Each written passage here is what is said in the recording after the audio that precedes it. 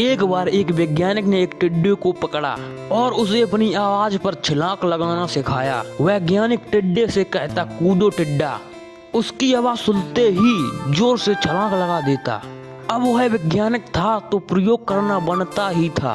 उन्होंने टिड्डे की छलांग पर प्रयोग किया। वैज्ञानिक ने उसकी एक टांग तोड़ दी और फिर बोला, कूदो। अब टिड्डे की छलांग की दूरी कम हो गई। वैज्ञानिक ने उसकी दूसरी टांग तोड़ दी और फिर बोला, कूदो। टिड्डे की छलांग और कम हो गई और अब तो तोड़ी गई उसकी तीसरी टांग। फिर छलांग की दूरी और कम हो गई। एक एक करके बेचारे टिड्डे की सारी टांगें तोड़ दी गईं।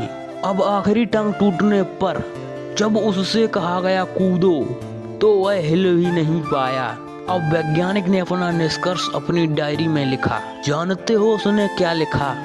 जब टिड्डे की एक टांग तोड़ी गई तो वह थोड़ा बहरा हो गया। जब उसकी दूसरी टांग तोड़ी गई तो वो और बहरा हो गया। हर टांग टूटने के साथ वो बहरा होता रहा और सारी टांग टूटने के बाद वह बिल्कुल बहरा हो गया।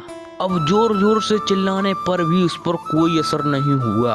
वो तो अपनी जगह से हिला तक नहीं। छलांग लगाना तो दूर की बात थी। इस कहानी को सुनकर सभी को ऐसा ही लग रहा है कि क्या मूर्ख वैज्ञानिक था, इतनी सीधी सी बात उसे समझ में नहीं आई।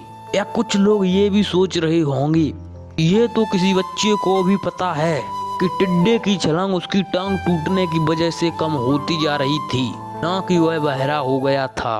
दोस्तों, हम सभी जीवन में कई बार ऐसे ही मूर्ख बन जाते हैं। कई बार जीवन में दो घटनाएं एक साथ ऐसे घटती हैं कि उनका एक दूसरे से कोई संबंध होता ही नहीं, फिर भी ऐसा लगता है कि गहरा संबंध है।